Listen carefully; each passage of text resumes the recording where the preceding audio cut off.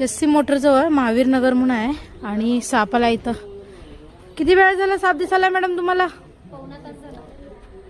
तुम्ही डिसिजन घ्यायला हे करत होता ना, मिळेल की नाही आणि त्यांनी काठी धरून थांबले तिथं बघू शकता सापाला.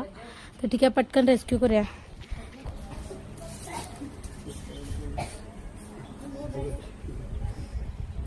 कॅमेरामॅन तोंडाला तोंडाला थोडा म्हणतो तेव्हा थोडा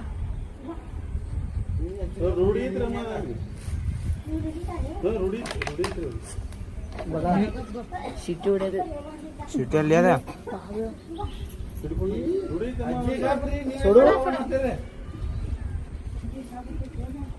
पाप धरलेलं असं चिकळात थांबला होता ना धरून, मग जाणार की पुढे म्हणून धरलं त्याला. पुढे जा की बाय. त्याला मध्ये त्याला दाबून धरलेलं कारण येईपर्यंत पळून जाऊ नये म्हणून. सापाला सुद्धा त्रास होतोय, त्याला कुठं दाबून धरले. बहुतेक त्याला एवढी काही इंजुरी झालेली नाही आहे आणि फार मोठा घोणस आहे. भरपूर घोणस साप आहेत या अशा ठिकाणी, त्यामुळे पहिला आधी पॅक करूया.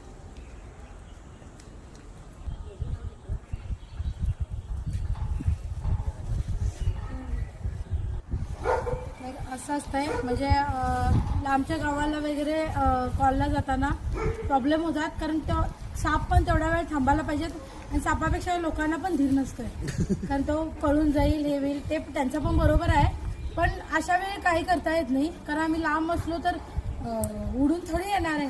त्यामुळे अशा वेळी सगळ्यांनी समंजसपणे घ्यावं लागतंय. मग त्यांनी याला वेळ होईल म्हणून मग त्यांनी असं त्याच्या तोंडाला काठी वगैरे धरून थांबले. घोणस फार डेंजर साप.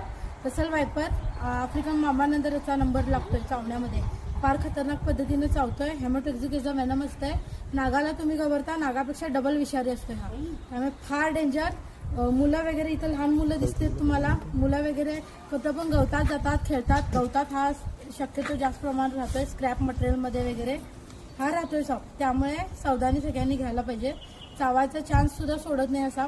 कुत्र्याने चावलं नाही त्याला, पहिला कुत्र्याने त्याला बाईट केले म्हणे म्हणून त्याचं सरकता आल्याचं काय होत होतं आणि त्याला पुढे सरकता सुद्धा येत नव्हतं. आणि अशा वेळी साप जास्त प्रमाणात बाईट करायचं बघतो. त्याला सर्पमित्र काय, सर्पमित्र आहे की कोण आहे त्याला माहीत नसते, त्याला आम्ही वाचवायला हे सुद्धा माहीत नसते. त्यामुळे तर मगाशी ती काठी सोडल्याला बाईट पोझिशनमध्येच होता, तर त्यामुळे त्याला काहीही कळत नाही. तर कुत्र्यानं बाईट केल्यामुळे थोडंसं तो जखमी झालाय, पण ठीक होईल तो, काही प्रॉब्लेम नाही. आवडला तो व्हिडिओ जरूर लाईक करा. धन्यवाद.